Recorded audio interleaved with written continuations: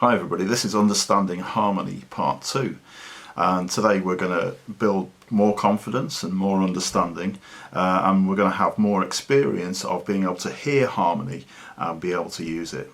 Now, we noticed from last week that harmony is actually something that is pretty simple. It's just building blocks and choosing particular blocks to go together in a sequence, in an order, which we call a progression. So just before we go into the piece of music we're going to look at today, I just want to go over 3 questions in particular that a few of you found difficult in last week's Kahoot. Let's have a look at those together now. Okay, so if we have a look at the first question there, which is question 19, the question is, if Stand By Me was performed in B major, which chord would you play in bar 6? Now as we look in bar 6, we've got a red brick, which represents chord 5. And we just need to work out what chord 5 is in B major. So if we imagine that the yellow brick at the beginning is our B, and we go through the alphabet, we get B, C, D, E, F.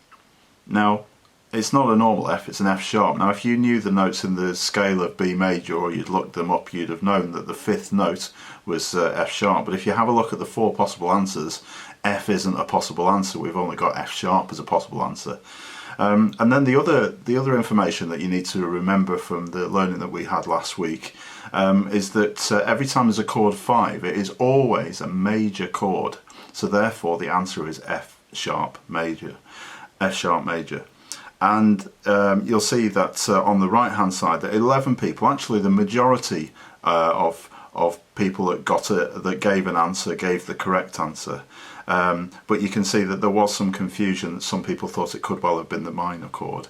Not many of you thought it was B major or E major, but something quite interesting that it was worth us talking through. Let's have a look at the next one. So question 21, if we were to describe the progression from bar 6 to 7 as a cadence, which cadence would it be? Now you've got the names of 4 cadences there that we use in music: perfect, imperfect, plagal and interrupted. And these are all like really special, very important progressions to look out for, because they're very, very useful when we compose our own music. And they're things that actually it'd be a really good idea if we plan where they're going to happen based on how we want our music to sound. So as a general rule, when you want something to sound unfinished, you would use an imperfect cadence.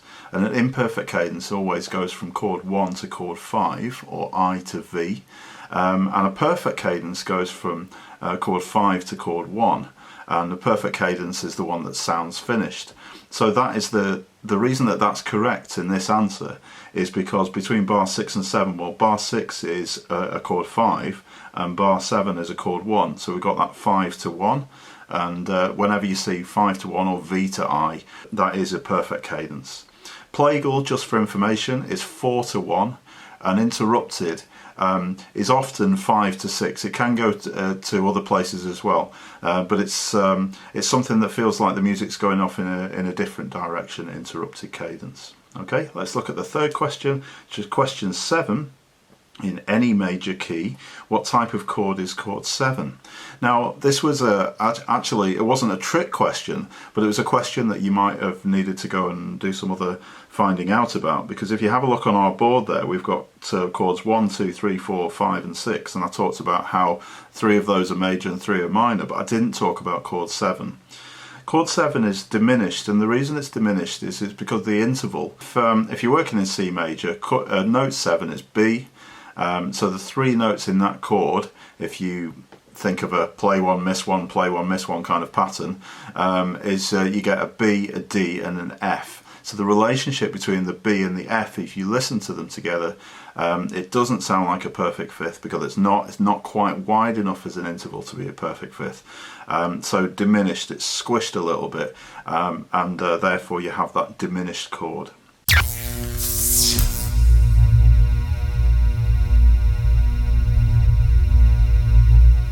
Now today's piece is called Canon and D by a composer called Johann Pachelbel. And he was a Baroque composer, and this piece of music was completed, we think, in about 1680, although it wasn't written down until much later. It's an amazing piece because it's actually quite simple in its construction. Mainly it's harmonic construction, but it's then made more complicated by the way that texture is used and the way that melody is developed. So it's a really interesting piece of music for us to look at. Actually, the harmony has similarities to Stand By Me, even though it was written 400 years earlier.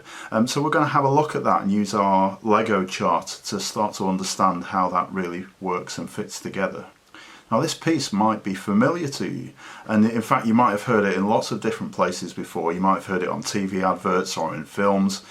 For me it's a really special piece because this is the piece of music that my wife walked down the aisle to when we got married, which is quite a long time ago now, but it has for me obviously very happy memories. Now it was a piece that she really loved. So actually for our wedding I arranged a piece of music that was then played, and this is a piece that has been arranged in many different styles and at different tempos as well. So the version that we'll listen to in the clip today is quite a fast version, but then we will work on a slower version when we come to our Make It session. So there's all sorts of different interpretations of this. There's a very famous flautist called James Galway who I think that was probably one of the first versions that I listened to, and he plays the flute and a very beautiful kind of melodic shaping of melody that he could play on his flute. I was really quite inspired by that when I was younger. But one of the reasons that this piece is so interesting and so kind of adaptable to other things is because it has this harmony that just repeats. Essentially you have this progression of chords that it does use more of the chords than the Stand By Me piece we looked at last week, and it changes the chords every 2 beats instead of every 4, so there is a little bit more complexity there. But because we've got this kind of continued repetition of the chords all the way through, it kind of creates this stability that we can build other things onto. And if you study the melody within the Canon and D, it starts very simply, just on a single melody line that comes down by step, down through the D major scale. And then when we hear it the second time, it's developed slightly because it comes down in thirds. And there's I think it's a major third that's added underneath, and then it continues down through thirds through the scale. And then different melodies occur, but the melodies are all kind of based, because they're based on this same harmony, they have a similarity to them. But as the canon develops, it becomes more and more complicated, which is fascinating to listen to. Now, because of this, all these different versions, some of the melodic content is familiar and stands out straight away, but over the years different composers and arrangers have made slightly different versions of it. So in fact the version that you're going to work on today is based on the original, but the melodies are not in the same order, and it's a lot shorter because I think the original piece was 5 or 6 minutes long. I didn't want that kind of challenge for you for this week. But anyway, so that gives you a little bit of an insight, and let's go on and let's have a look at how those chords are laid out under Lego. Okay, so we're going to build our Pachelbel's Canon and D using our Lego board here. First of all, I just wanted to leave up, this is the Stand By Me configuration that we had from last week, just to remind you that each of these chords was 1 bar long, so we've got beats 1, 2, 3, 4, 1, 2, 3, 4, etc. The simplicity of this chord progression is that each chord just fitted into a box there.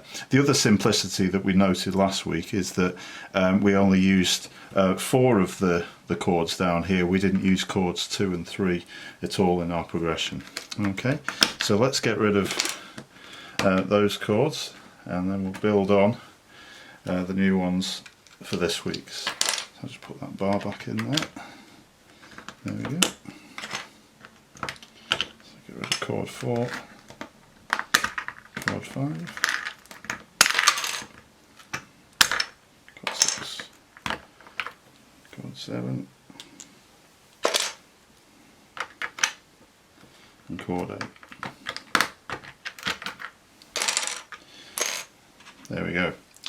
Okay, so I've had to be a little bit creative this time because some of them I don't have the right size Lego bricks, but let's have a go. So first of all, I've put up on the screen there the scale of D major, and that's really important because that's the key that we're working in. And we need it to remind us that we've got here D, E, F, G, A, B, or in terms of their chord, D major, E minor, F sharp minor, G major, A major, B minor. So let's start to build it together. So on beat 1 of bar 1, we've got a D major chord, beat 1 and 2. So I've got those two here. Okay, so I've put in a bar, I've put in a chord 1. Now in the second half of that bar, I've still got half a bar left over. I'm going to put a chord 5 because it's A is the next one. So that's a red one. Okay, going into the next bar, I've got B minor. Now B minor in D is chord 6, so that's a green one. And then in the second half of that bar, we've got an F sharp minor chord, so D, E, F sharp, so that's a white one. We've got 2 bars filled up there. Okay, into the third bar, we go to a G chord, and D major, D, E, F sharp, G. That's blue. So that's that. Notice that just in as the Stand By Me, all these chords were kind of put in for the same length because they were all 4 beats. These are all 2 beats long. Look in the pattern. Okay, the second half of that bar is chord 1 because it's D. And then in the last bar we go back to chord 4, G, so blue. And then the end of our sequence that sounds, or end of our progression that sounds unfinished, we've got a chord 5 which is an A, and that's important. You know, we've talked about choosing chords with purpose. Now that's the first 4 bars of this sequence, and what I could say is that actually the repeating chord progression in Pachelbel's Canon is a 4-bar sequence, and it's repeated over and over. But as we've got 4 bars here, let's just put that in to remind us. So here we go again. Is D, A, B minor, F sharp minor, G, a little bit fiddly.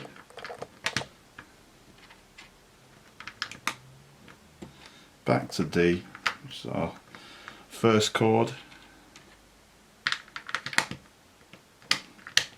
chord 4, and then that important unfinished chord 5.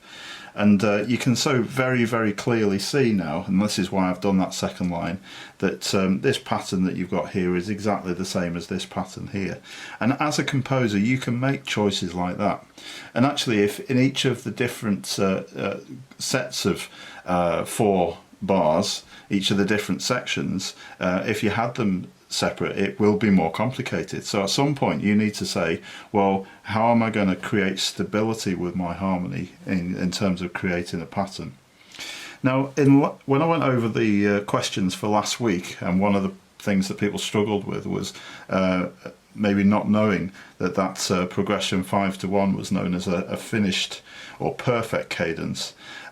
This is why it's so important that you recognise things like that so that you can plan them.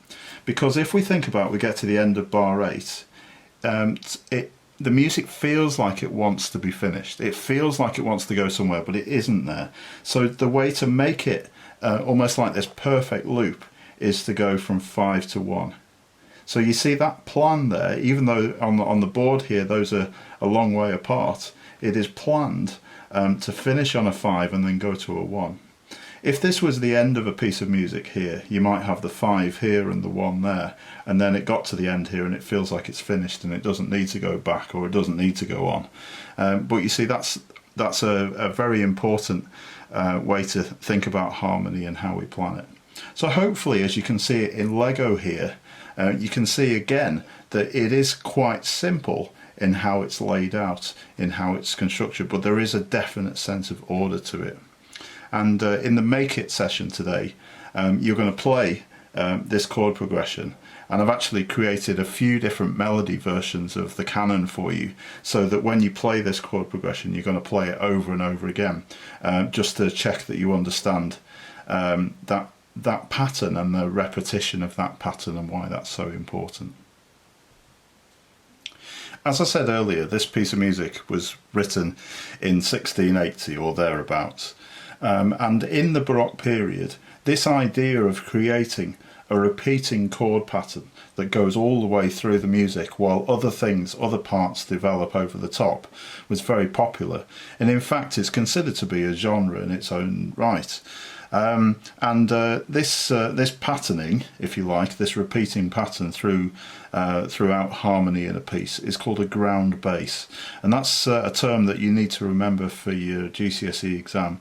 It could well be something that might be relevant to write about in an answer as well, but it might also be interesting to, if you're looking for some extra study from this, to go away and listen to other ground bass pieces, so you can hear, or particularly now you know how to hear harmony, you can listen out for this type of repeating pattern, and it's very interesting to see how composers have used ground bass in different ways to develop other ideas.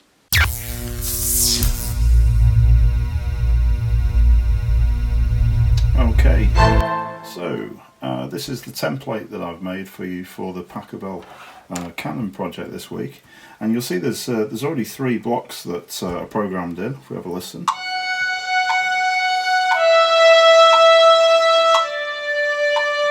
You can hear that down by step scale I was talking about earlier, and then if you listen to the second half of that you'll hear it in thirds.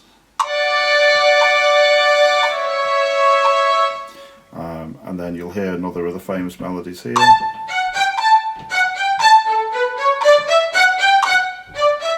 reason I've put it onto a different track is so that I can just use a different sound within GarageBand. So that's a staccato string sound, but I just wanted to give you some different experiences through this piece of music, and then you hear this last idea here.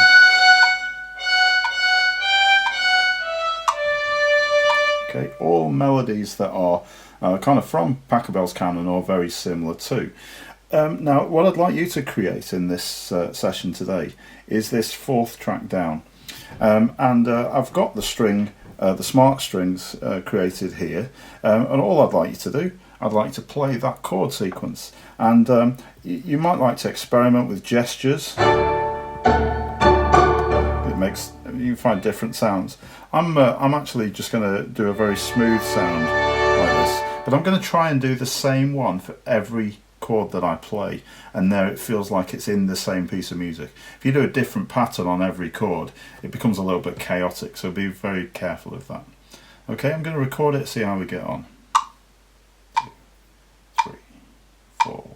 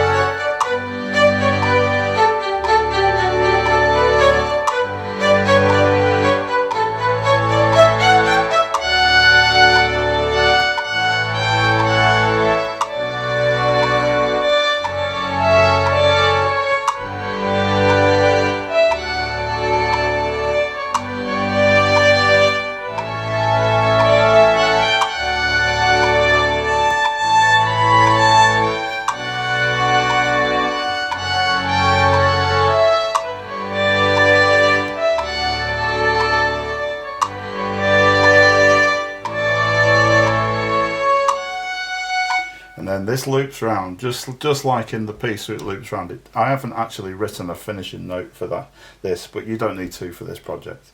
So once you've recorded it in, listen to it.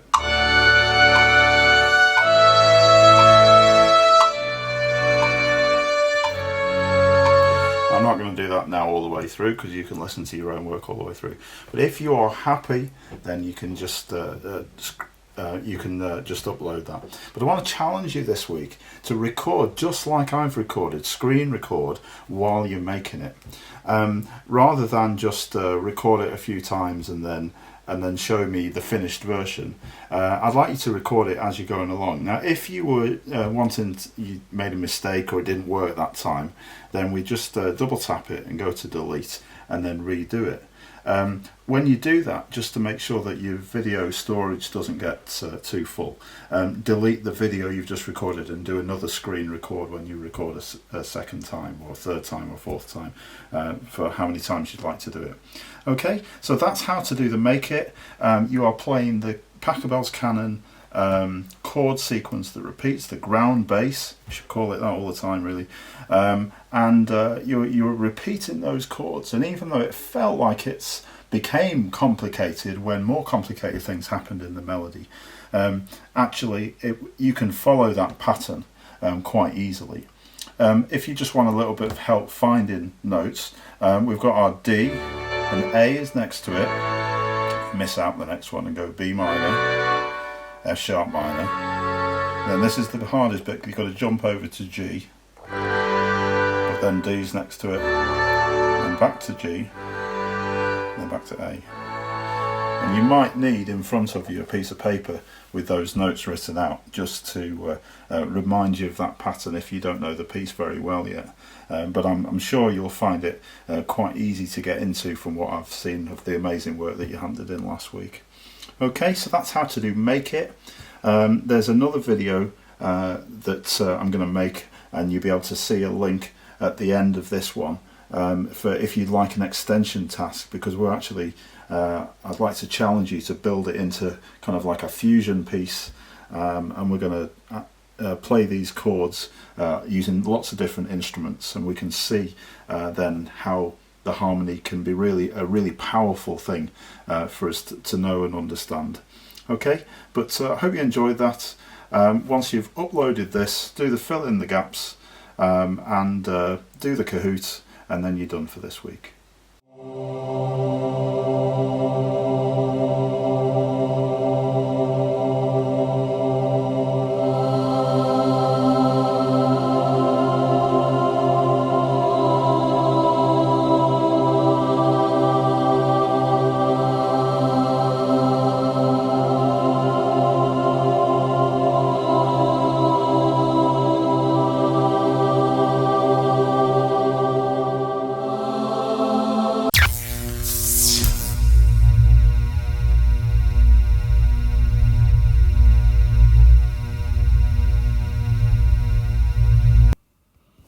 Okay, if you've come and you've looked at this screen, and then you've chosen to have a look at the extension task, which is very exciting. And so, as I said in the previous video, if you understand this chord pattern and how it works, then it really is very powerful information and understanding in terms of what you're now able to do. So I've taken the same original melodies that I've given you in the other task, and all I've done is added this drum pattern to it. Very, very simple pattern. You might call it a 16-note pattern, because I've used the hi-hat on each of 16 semiquavers, and with the melody it sounds like this.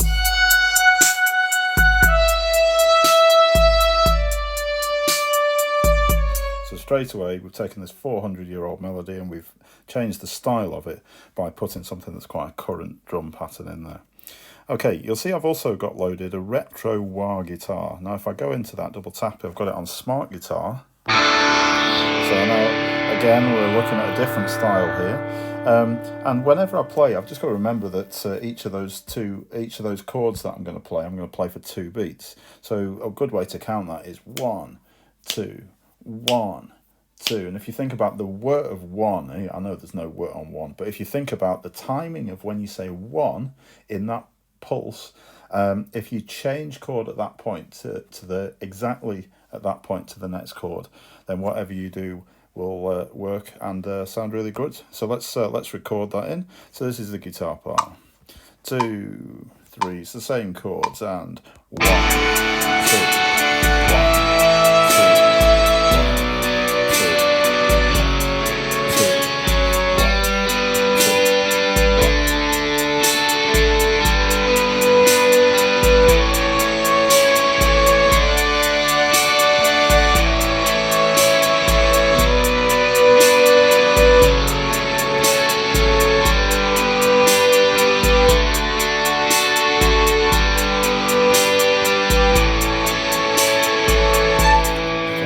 Go up to that point because I'm more interested in just at the moment in showing you some of the different layers and how you can develop your texture with extra instruments and things. Okay, now I was kind of doing a little bit of a strum pattern there, and you've got to remember that whenever you strum on a guitar instrument within GarageBand, you can't quantize it. So if it's slightly out of time, do it again, because whenever you strum, to get that sound of one string and then the other very quickly after it, if you quantize, all those notes would move so they'd play exactly together, and you'd lose that kind of stylistic feel to it.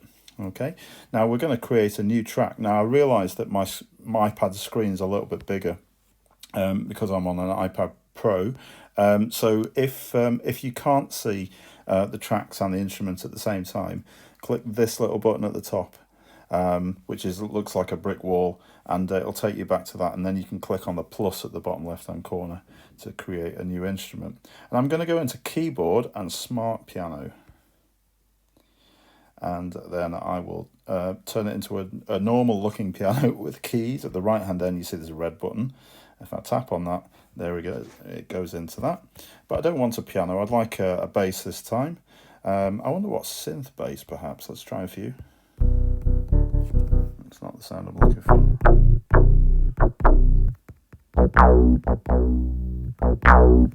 Okay, I hadn't even planned this, but let's have a go with that, see what happens. 2, 3, and...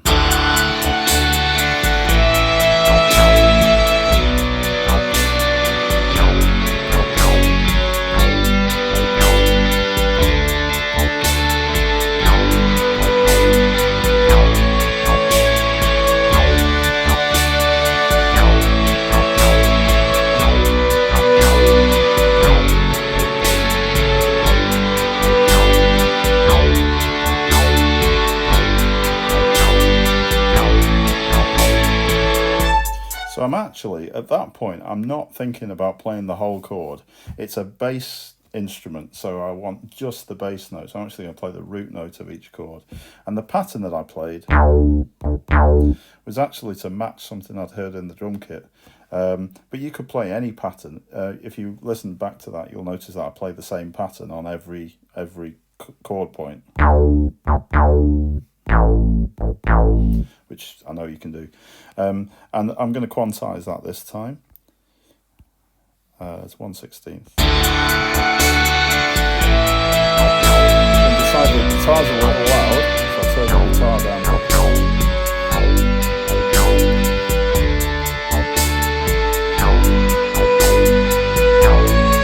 So the melody can come through.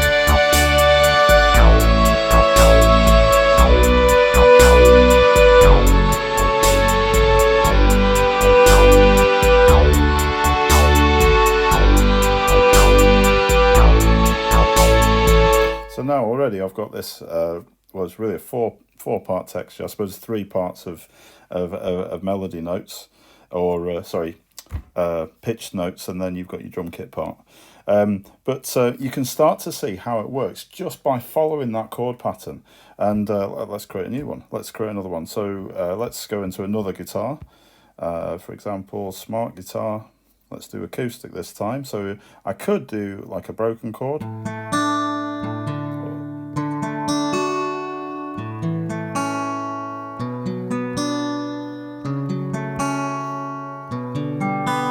Like that. Let's record it. 2, 2, 3, and.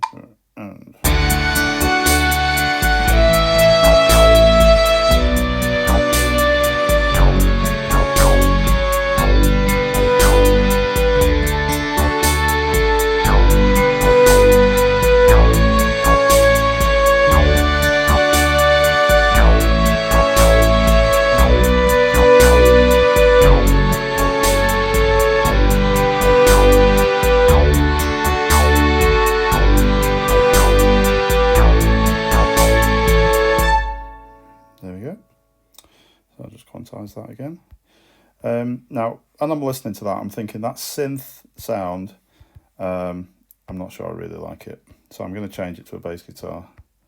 Let's go for a Liverpool bass guitar. I think I quite like that sound.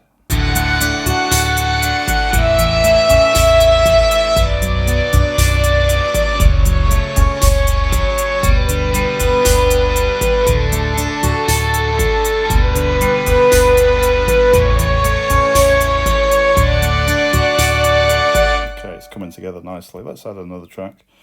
I'm gonna go back to, actually, I didn't keep in the smart strings from before, so I'm going to put some of this in. Okay, just turn that up a little bit. 4.